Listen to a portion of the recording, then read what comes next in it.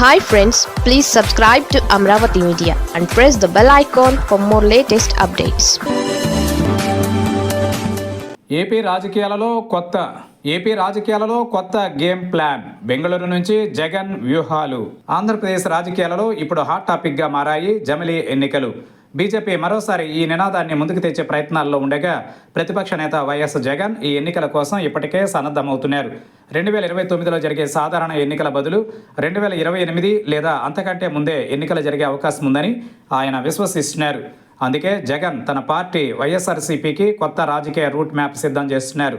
గతంలో I-PAC team సహకారంతో విజయాన్ని సాధించిన జగన్ ఈసారి సునీల్ కనుగోలు లేదా కొత్త యువ మహిళా రాజకీయ వ్యూహకర్తను ఎంపిక చేసే ఆలోచనలో ఉన్నారు.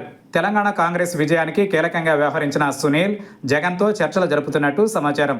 ఒకవేళ ఆయన అందుబాటులో లేకపోతే పీఏసీ టీంలో పనిచేసిన ఒక డైనమిక్ లేడీకి అవకాశం ఇవ్వనున్నారు.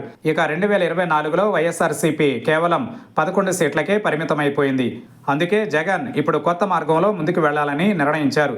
జమిలీ ఎన్నికల సమయంలో టీడీపీ కూటమిని ఎదుర్కొనేలా కొత్త వ్యూహాలను అమలు చేయాలనే ఉద్దేశంతో ఇప్పటి నుంచే టీం సెట్ చేస్తున్నారు. వైఎస్ఆర్సీపీ ఫ్యూచర్ను నిర్ణయించే ఈ వ్యూహకర్త ఎంపికపై రాజకీయ వర్గాలలో ఇప్పుడు చర్చ నడుస్తోంది.